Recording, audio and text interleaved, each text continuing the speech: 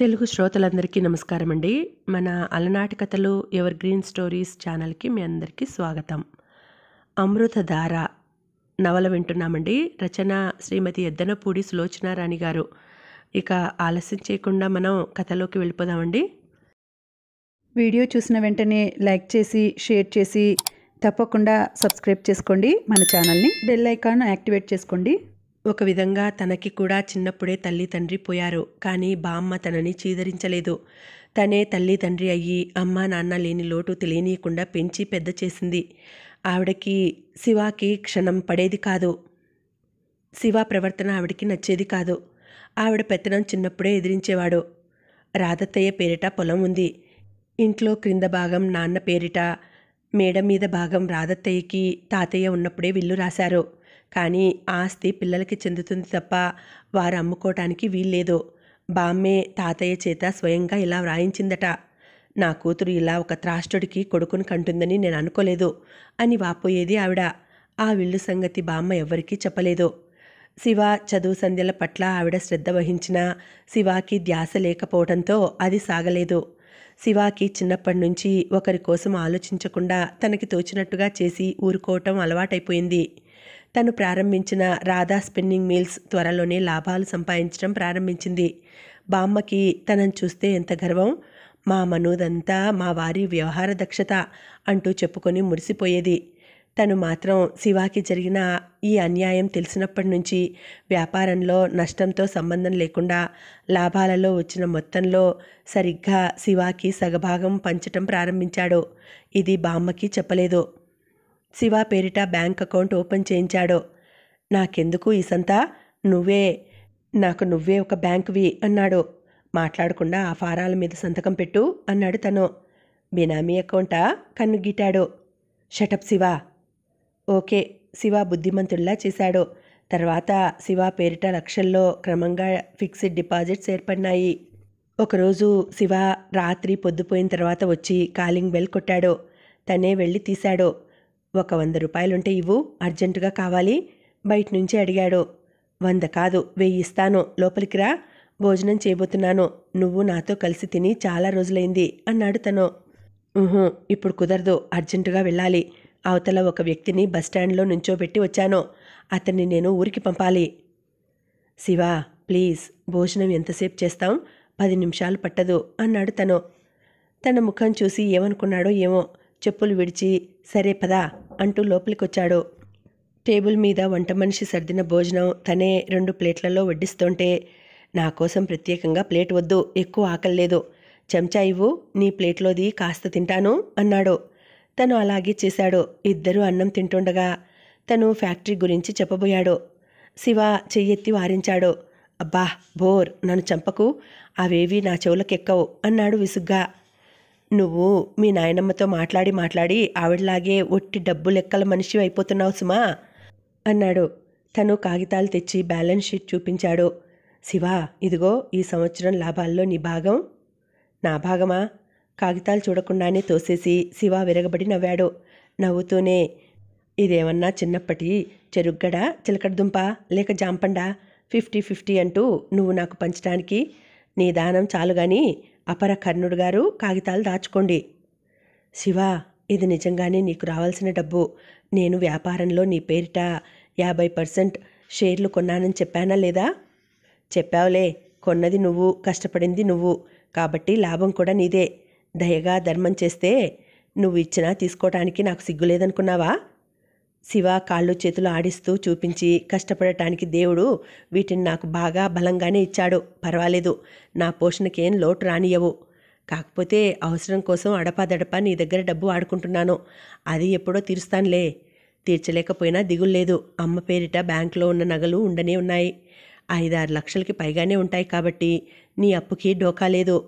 ఇప్పటికీ ఒక 100 ఇవ్వుమను. నన్ను చంపకు, అవతల మనిషి నా కోసం బస్టాండ్లో వెయిట్ చేస్తున్నాడని చెప్పానా అంటూ లేచి వచ్చి తన జేబులు వెతికి 100 కాగితం తీసుకుంటూ, అసలు గుమ్మం దగ్గరే నేను ఈ పని చేయాల్సింది అనుకుంటూ సనుక్కుంటూ వెళ్ళిపోయాడు. ఎప్పుడు ఫ్రెండ్స్ అంటావు, ఎంతమంది ఉన్నారు, అసలు ఎవరు వాళ్ళు? తను చిరాగ్గా అడిగాడు. శివ వెళ్ళిపోతూ వెనక్కి తిరిగి, జీవితంలో నాది అనే స్వార్థం వదిలించుకుంటే ఈ ప్రపంచంలో ఉన్న మనుషులంతా మన వాళ్ళే అవుతారు అనేసి తలుపు వేసి వెళ్ళిపోయాడు. తను చాలాసేపు అలాగే కూర్చుండిపోయాడు. తను లాభాలు బాగా వచ్చిన తర్వాత తన వాటా వచ్చిన డబ్బు మరికొంత లోన్ తెచ్చి మరో వ్యాపారం డెక్కన్ సిరామిక్స్ సంస్థ ప్రారంభించాడు. మెల్లిగా దీన్ని వృద్ధి చేసి 2 వ్యాపారాల అజమాయిషీ తనే చూస్తూ ఒకటి శివాకి ఇవ్వాలని తన ఉద్దేశం. శివాకి ఎలాగూ ఈ సంగతులు చూసుకునే నేర్పులేదు. అగర్వాల్ తమ్ముడి కూతురు స్వప్న ఉంది. చాలా మంచి అమ్మాయి. తెలుగు చక్కగా మాట్లాడుతుంది. తెలివిగలది. సీఏ చేసింది. ఆ అమ్మాయికి శివ అంటే ఇష్టమే. స్వప్న శివాల వివాహం జరిపిస్తే శివ జీవితానికి ఒక తీరం అంటూ దొరుకుతుంది.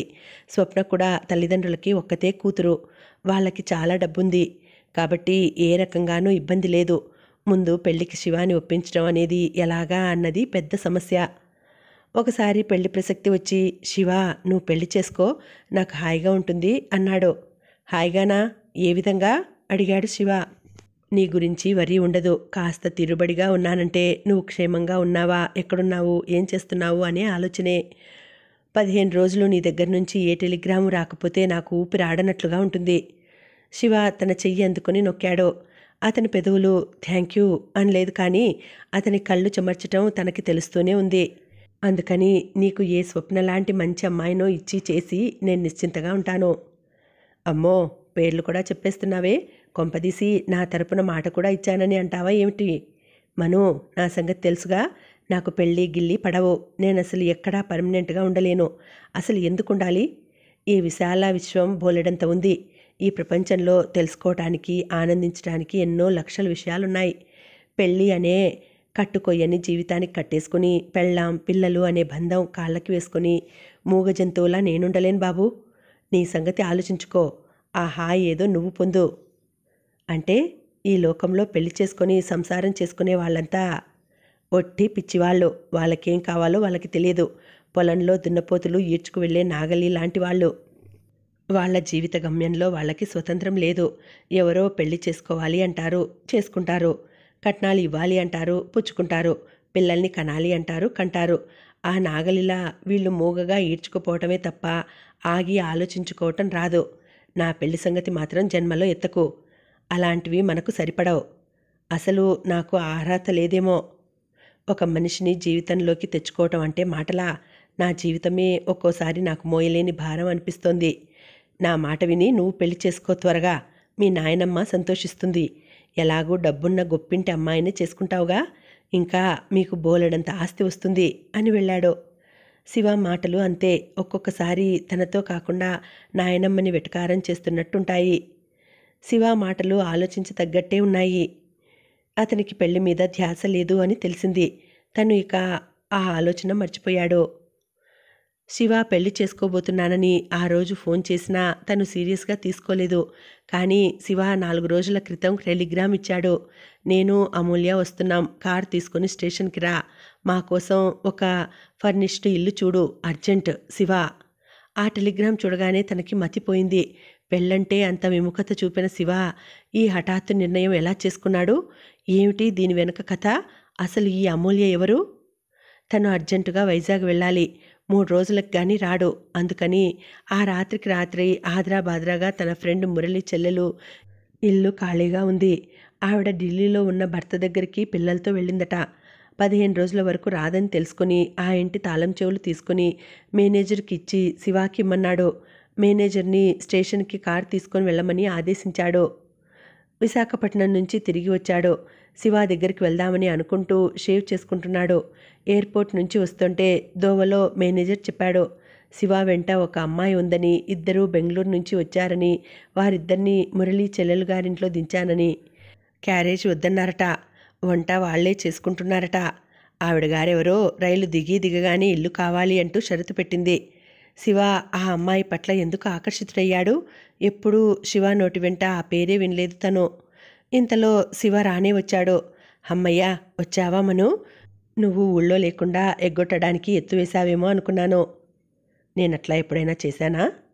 చేయలేదనుకో. ఏమో సరే గాని ఏ గుళ్ళో పెళ్లి చేసుకుంటున్నాము మేము?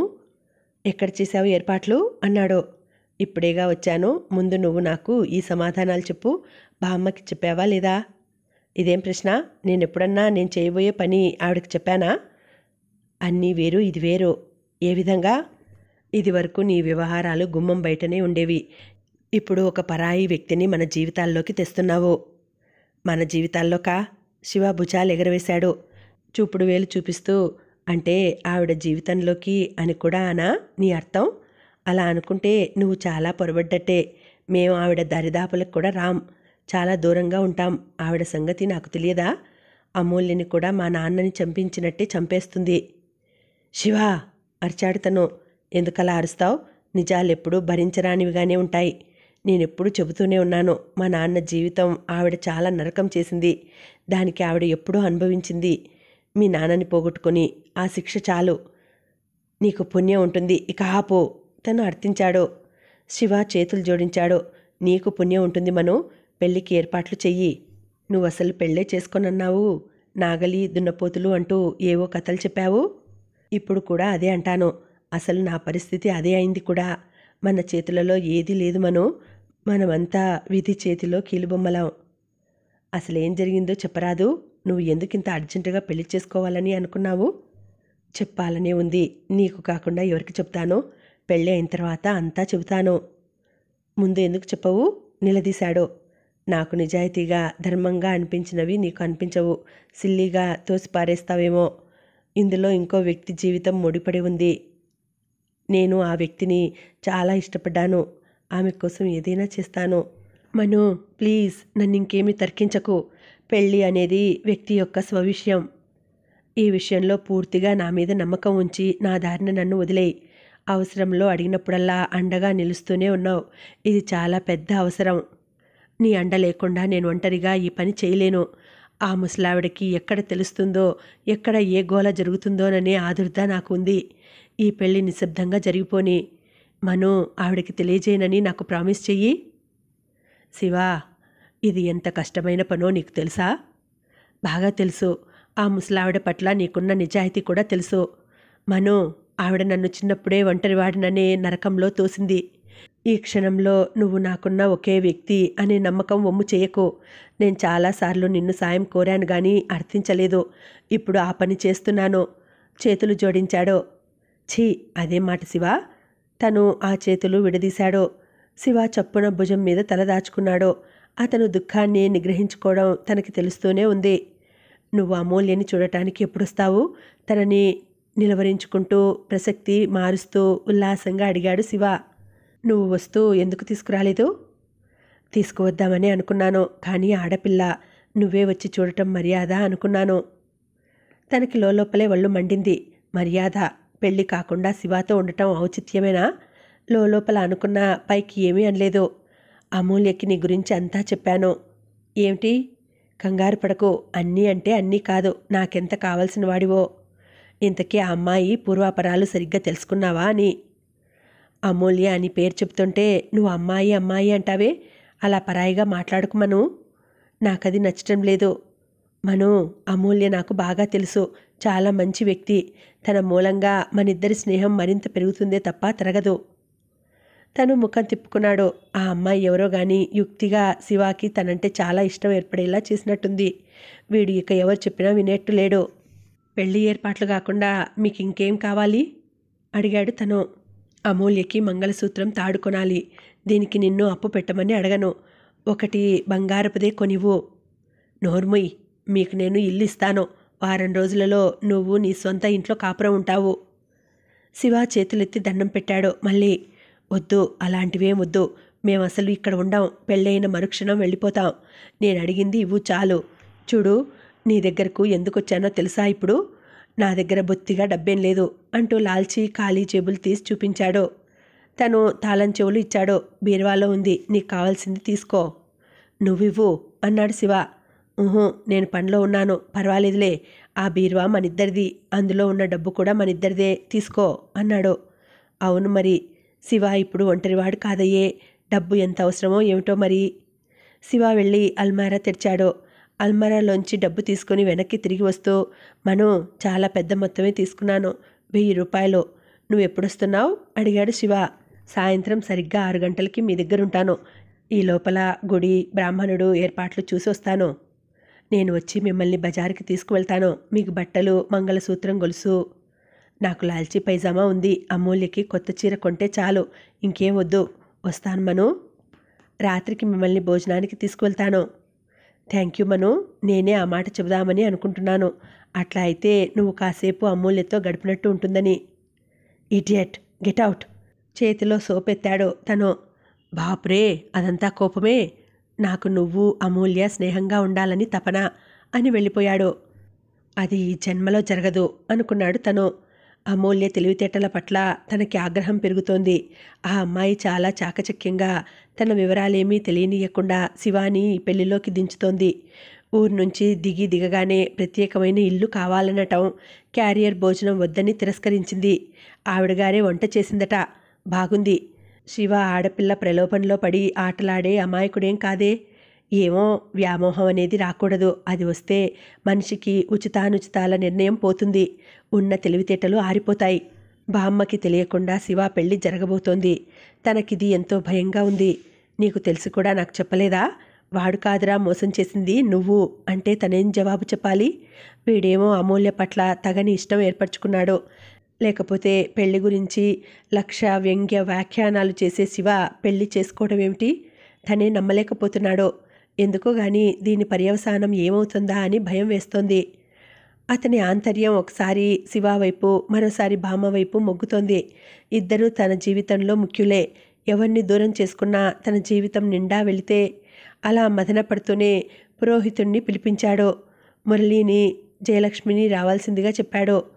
తన ఆంతర్యంలో ఈ మదన క్షణక్షణానికి ఎక్కువ అవుతోంది తప్ప తగ్గడం లేదు. తను సరైన నిర్ణయం చేయలేకపోతున్నాననే వేదన కలుగుతోంది.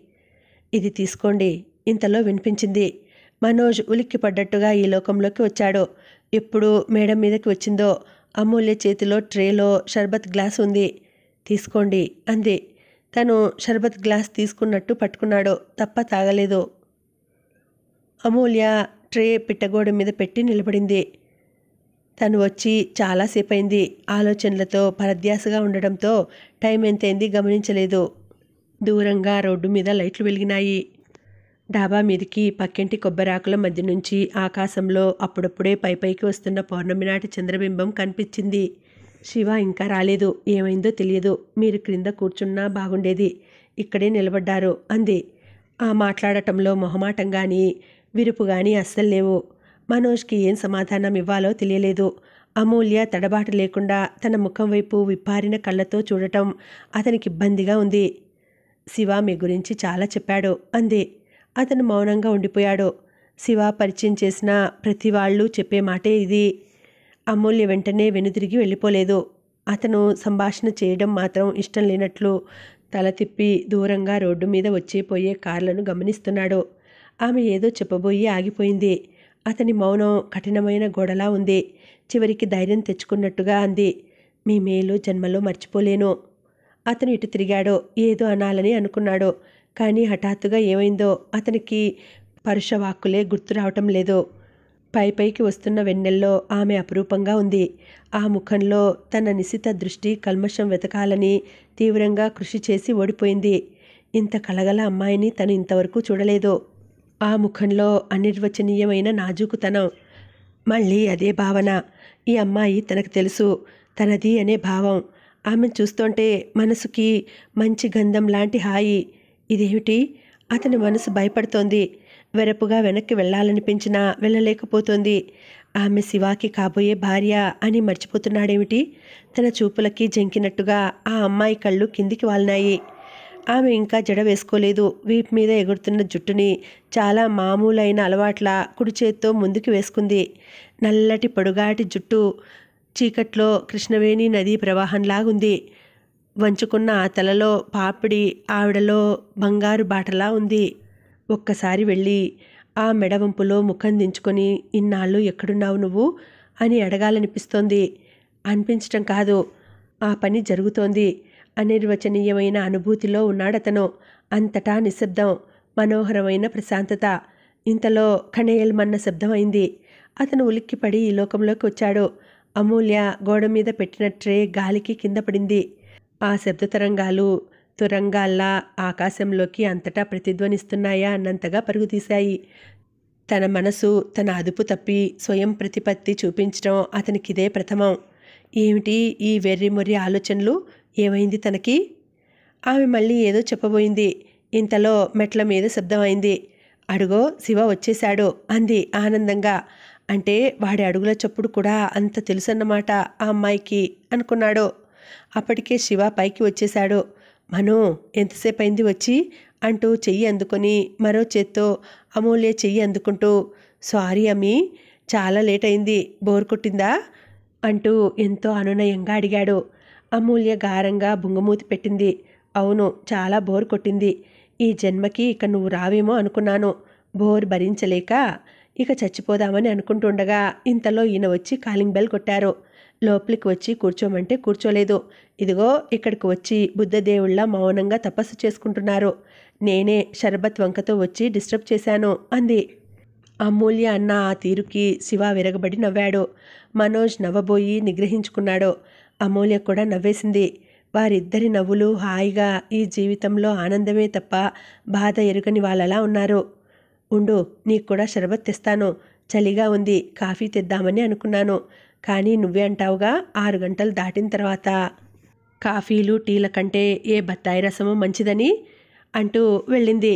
నడకలో, మాటలో, నవ్వులో కాస్త చిలిపిదనం, కాస్త సీరియస్నెస్ రెండూ ఉన్నాయి. అమూల్య కనుమరుగవగానే శివ మను చేతిని బిగిస్తూ, మను, నేను లేకుండానే మీ ఇద్దరూ పరిచయం అయిపోయారన్నమాట. అమూల్యని చూస్తే ఎలా అనిపించింది?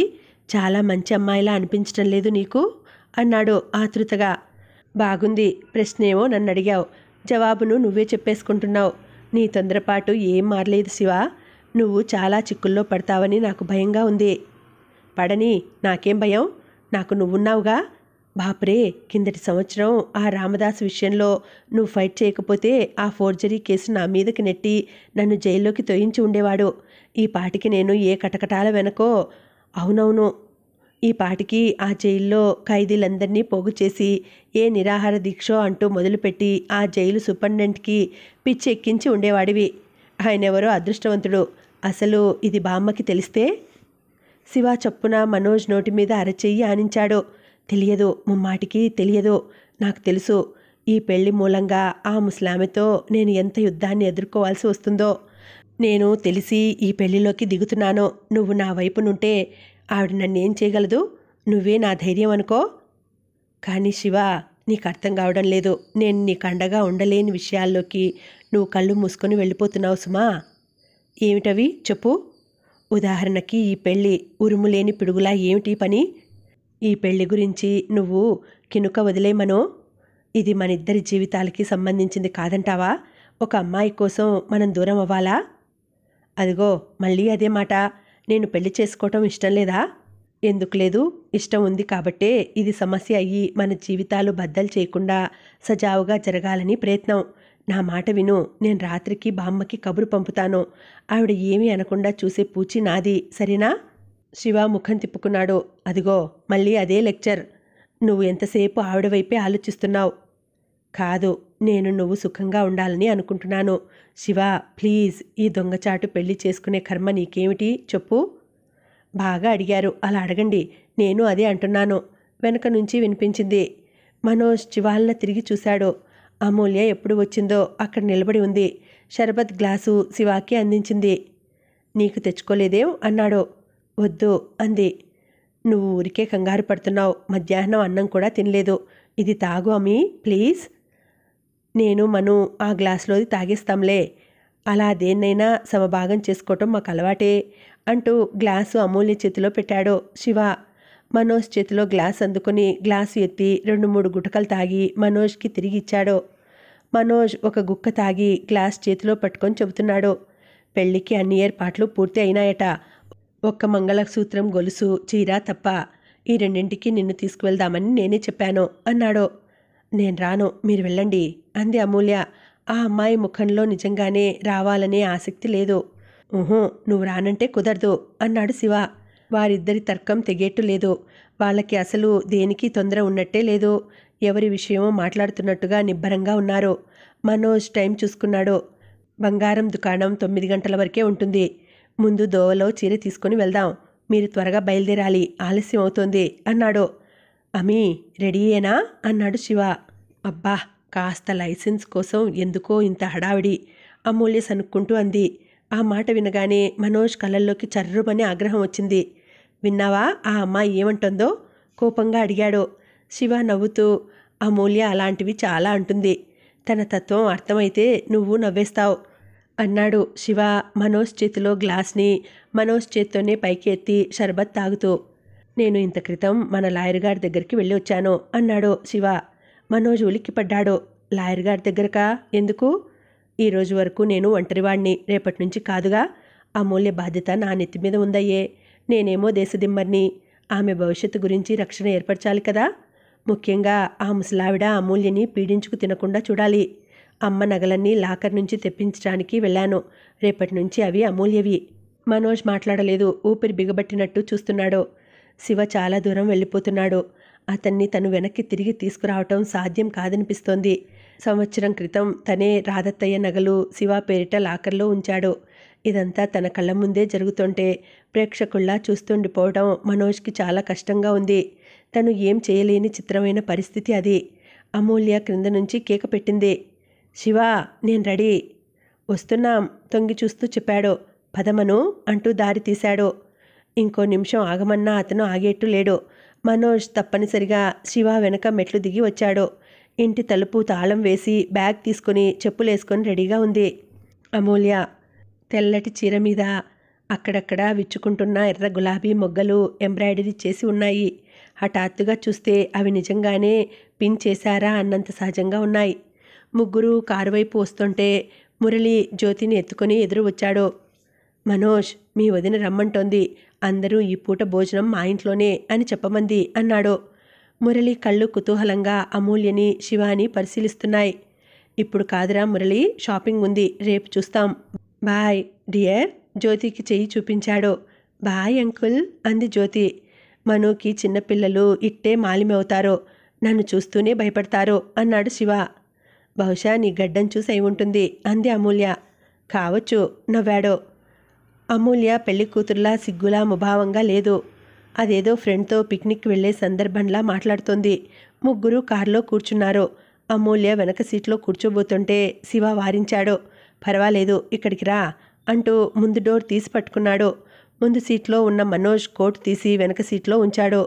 అమూల్యని మనోజ్ పక్కన కూర్చోమని ఆదేశించి అమూల్య పక్కన తను కూర్చున్నాడు. మనోజ్కి ఇది చాలా ఇబ్బందికరంగా అభ్యంతరంగా అనిపించినా ఏమీ అనలేకపోయాడు. అతనికి ఈ అనుభవం చాలా కొత్తగా ఉంది.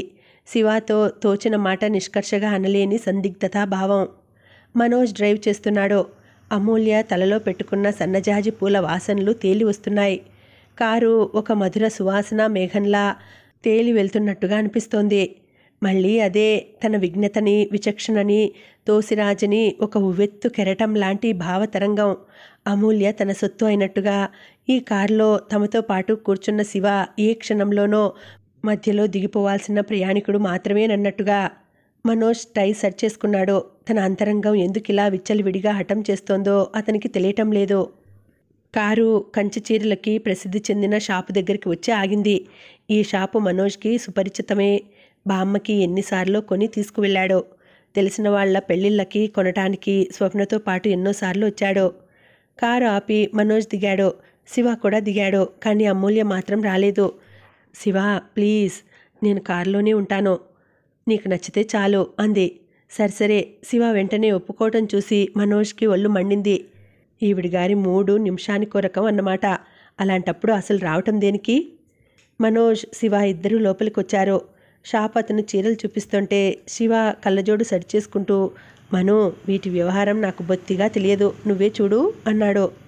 ఇది బాగుంది శివ, నీకేమో తెలియదు, ఆవిడగారేమో మహారాణిలా కారు దిగిరాదు. మనోజ్ సనుక్కుంటూనే ఉన్న చీరల్లో నెమలి పింఛన్ రంగులో పెద్ద జరీ బార్డర్తో అందంగా ఉన్న చీర ప్యాక్ చేయించాడు.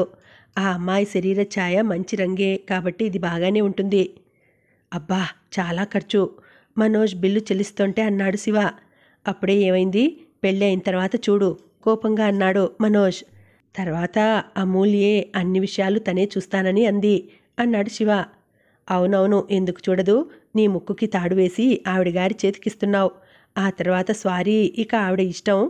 అప్పుడు నిన్ను ఆ దేవుడు కూడా రక్షించలేడు లోపల అనుకున్నాడు మనోజ్. ఇద్దరూ బయటకొచ్చారు. మనోజ్ ఖచ్చితంగా చెప్పేశాడు. చూడు శివ, బంగారం షాపు దగ్గర ఈవిడ గారు కారు దిగనంటే మీ ఇద్దరిని ఈ రోడ్డు మీద వదిలేసి నా దారిన నేను పోతాను. మీ పెళ్ళి మీ ఇష్టం వచ్చినట్టు చేసుకోండి అంటూ వార్నింగ్ ఇచ్చాడు. ఏమిటిది మను, నువ్వు మరీ ఆ బిజినెస్ గొడవల్లో ఆ డబ్బు లెక్కలతో అలసిపోయి ఊరికనే చిరాకు తెచ్చుకుంటున్నావు?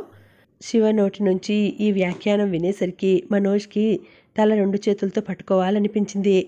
ఇద్దరూ కారు దగ్గరికి వచ్చేసరికి అమూల్య కారులో ఓ మూలకి ఒదిగి కూర్చొని హాయిగా పుస్తకం చదువుకుంటోంది. చుట్టుపక్కల ఏం జరుగుతోందో పట్టించుకునే స్పృహే లేనట్టుగా పుస్తకంలో లీనమైపోయింది. మనోజ్ విసురుగా డోర్ తెరిస్తే ఉలికిపాటుగా తలెత్తి చూసింది. అదేమిటి, అప్పుడే వచ్చేసారేమిటి అంది ఆశ్చర్యంగా. అమీ, చాలా మంచి చీర దొరికింది. అబ్బా, అన్ని రకాల చీరల్లో మను వెంటనే దీన్ని ఎలా గమనించాడో నాకు అర్థమే కావటం లేదు అన్నాడు. అమూల్య కనీసం చీర ఏం రంగు అని కూడా అడగలేదు. కారు బంగారు నగల షాపు దగ్గరికి వచ్చి ఆగింది. అప్పటికే 9 గంటలు కావడంతో జనసమ్మర్దం పూర్తిగా తగ్గింది. మనోజ్ కారు దిగాడు. అమీ, దిగి మాతో రా. మనోజ్ చాలా కోపంగా ఉన్నాడు. పాపం ఎన్నో పనులు వదులుకొని మన కోసం వచ్చాడు. నువ్వు రాకపోతే మనిద్దరినీ ఈ రోడ్డు మీద వదిలి వెళ్ళిపోతానని అన్నాడు. కర్మ, అన్నీ చెప్పాల్సిందే కాబోలు మనోజ్ లోపల అనుకుంటుంటే అతడి దవడ ఎముక బిగిసింది. అమూల్య ఏమనుకుందో ఏమో పుస్తకం మూసి బ్యాగ్లో పెట్టుకొని దిగి వచ్చింది.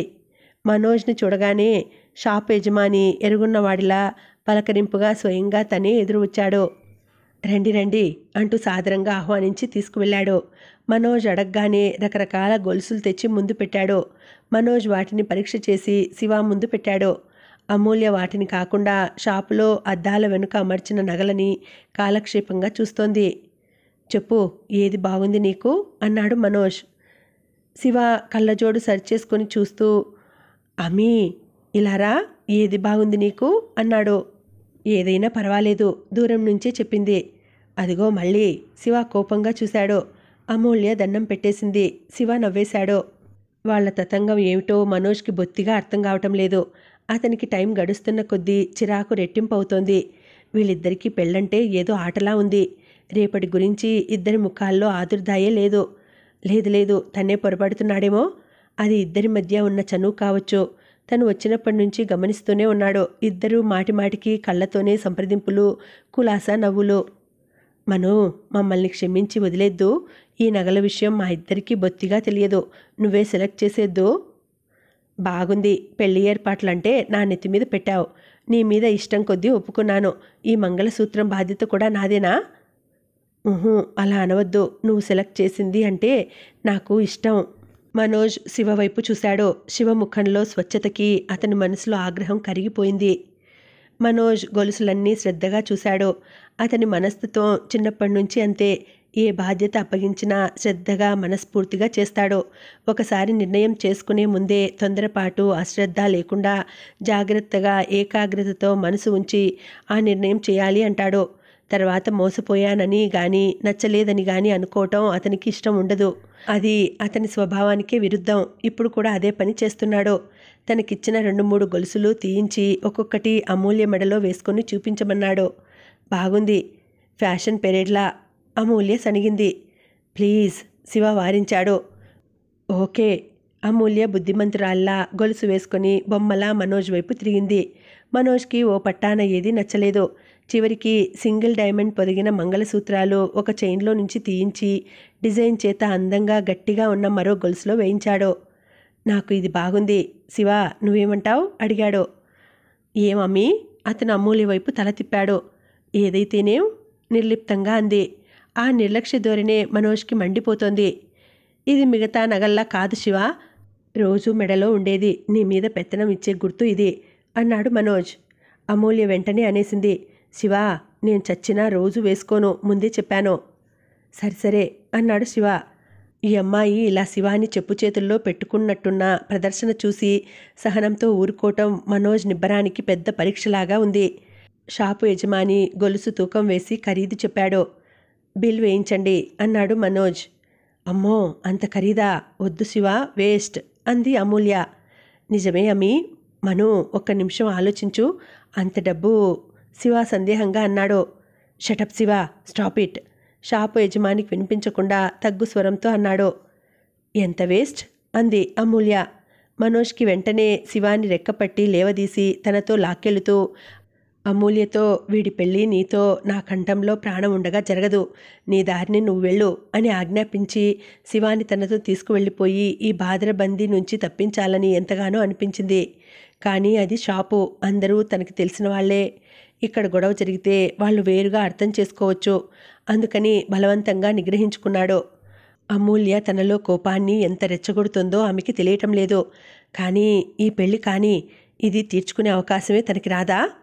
ముగ్గురు వచ్చి కారులో కూర్చున్నారు. మనోజ్ ఈ పూట మనకి డిన్నర్ ఇస్తున్నాడు అన్నాడు శివ. అబ్బా, ఏదో అనబోయిన అమూల్య శివ ముఖం చూసి ఆగిపోయింది. శివ, సింపుల్గా ఉండే హోటల్ ఏదైనా. ఒళ్ళు మండిన మనోజ్ తనకిష్టమైన హోటల్కే తీసుకువచ్చాడు. అది పూర్తిగా వెస్ట్రన్ టైప్ హోటల్. లోపల అడుగు పెట్టగానే మ్యూజిక్ పెద్దగా వినిపిస్తోంది. అమూల్య వాతావరణం చూసి ముఖం చిట్లించింది. శివ అమూల్య చెయ్యి పట్టుకున్నాడు. ఆ స్పర్శలో ప్లీజ్ నా కోసం అనే అభ్యర్థన ఉంది. ఇది మనోజ్ గమనించకపోలేదు. ముగ్గురు టేబుల్ దగ్గర కూర్చున్నారు. మనోజ్ బేరర్ రాగానే ఆర్డర్ ఇచ్చాడు. టేబుల్ దగ్గర కూర్చోగానే ఈ వాతావరణంతో తనకి పని లేనట్టుగా బ్యాగ్లో నుంచి పుస్తకం తీసుకొని ఒడిలో పెట్టుకుని చెంపకి చెయ్యి ఆనించి పుస్తకం పఠనంలో లీనమైపోయింది. శివ చూసి ఊరుకున్నాడే తప్ప ఏమీ అనలేదు. రేపటి నుంచి భార్యాభర్తలు కాబోతున్న ఈ ఇద్దరి వైవాహిక జీవితం ఎలా ఉంటుందో ఊహించగలుగుతున్నాడు. అతని ఆంతర్యం అంతా శివ క్షేమం పట్ల ఆదుర్ద మేఘాలతో నిండిపోసాగింది. పెళ్లి గురించి ఆదుర్ద అంతా శివ పడుతున్నాడు తప్ప ఆ అమ్మాయికి ఏం పట్టనట్టుగా ఉంది. శివాని కొంగు కట్టేసుకున్నాను అనే ధీమానా అది? లేక పట్టనట్టుగా ఉండడం అది నటనా? మనోజ్ టైం చూసుకున్నాడు. 10 గంటలు కావస్తోంది. రేపు రాత్రి 9:30 గంటలకే ముహూర్తం. రేపు ఈ పాటికి శివ జీవితం పూర్తిగా వేరవుతుంది. గుండెల్లో నుంచి వస్తున్న నిట్టూర్పు అంచుకున్నాడు. అతనికి ఆ క్షణంలో నిష్కపటంగా ఉన్న శివ ముఖం చూస్తుంటే మనసులో ఏదో అపురూపమైన దానికి శాశ్వతంగా వీడుకోలు చెబుతున్న క్షణాలు వస్తున్నట్టుగా అనిపిస్తోంది. ఇది వరకు గతంలో తను శివ కలిసి ఈ హోటల్కి ఎన్నోసార్లు వచ్చారు. ఎంత నవ్వులు, ఎన్ని జోకులు, అదంతా ఏమైపోయింది? మనోజ్కి ఆ క్షణంలో మనసంతా విషాదంగా అనిపిస్తోంది. శివ చేసుకుంటున్న ఈ పెళ్ళి తనకి బామ్మకి జీవితాల్లో ఏ మార్పులు తెస్తుందో తనకి బాగా తెలుసు. శివ రహస్యంగా చేసుకుంటున్న ఈ పెళ్ళి ఆవిడికి ఎంత అఘాతమవుతుందో. చిత్రం, తను శివ మాట కాదనిలేక సాయపడుతున్నాడు. ఆంతర్యంలో ఎక్కడో పోనీ వాడికి నచ్చిన పిల్ల ఇవాళకి కనిపించింది. ఈ పెళ్లితోనైనా వాడి జీవితం కుదుట పడుతుందేమోననే ఆశ రెపరెపలాడింది. ఇది తెలిస్తే బామ్మ తనని జన్మలో క్షమించదు. అసలు దీనికంతటికీ కారణం ఎవరు? అతని చూపులు అమూల్యం మీదకి మళ్ళినాయి. ఆ అమ్మాయి హఠానికి కోపం వస్తోంది తప్ప ఆ అమ్మాయిని చూస్తుంటే శివాని తన నుంచి దోచేస్తోంది అనే ద్వేషం కలగటం లేదు. అమూల్య ఏం పట్టనట్టుగా చదువుకుంటోంది. ఎంత అదృష్టవంతురాలు! రణభూమి లాంటి ఈ సంక్షోభంలోకి తనని నెట్టివేసి అమాయకురాల్లా తనకేం తెలియనట్లే చదువుకుంటోంది. అతనికి ఆ క్షణంలో ఆ పుస్తకం లాగి పక్కకి గిరాటేసి ఆమె రెక్కపుచ్చుకు లాక్కెళ్ళి, తల్లి నీకు దండం, మా జీవితాలతో ఆటలాడకు, నీ దారిన నువ్వు వెళ్ళిపో, మా దారిన మమ్మల్ని వదులు, నీకేం కావాలన్నా ఇస్తాను అని చేతులు జోడించి చెప్పాలనిపించింది. ముందుగా అమూల్య ఉనికి ఏమాత్రం తెలిసినా ఈ పెళ్లి జరిగేది కాదు. మనోజ్ కళ్ళ ముందు ఏవో కదిలినాయి. చూస్తే అవి శివ చేతివేళ్ళు. ఏమిటి ఆలోచిస్తున్నావు అన్నాడు. అమూల్య కూడా తలెత్తి చూసింది. ఏం లేదు అన్నాడు మనోజ్. మనోజ్ నిశిత దృష్టి అమూల్య ముఖం మీద నిలిచింది. అతని చూపులకి అమూల్య తడబాటుగా కళ్ళు పుస్తకంలోకి తిప్పుకుంది. ఇంతలో డిన్నర్ వచ్చింది. డిన్నర్ తింటుంటే ఆ క్షణంలో మనోజ్కి మౌనంగా భోజనం చేస్తూ అత్యంత లావణ్యంగా ముగ్ధ మనోహరంగా ఉన్న ఈ అమ్మాయి తను జయించలేని ప్రత్యర్థిలా అనిపించసాగింది. ఇంకా ఉందండి, కథ కొనసాగుతుంది. మళ్ళీ వచ్చే వీడియోలో తర్వాతి భాగం వినేద్దామండి. అంతవరకు సెలవు. నమస్తే.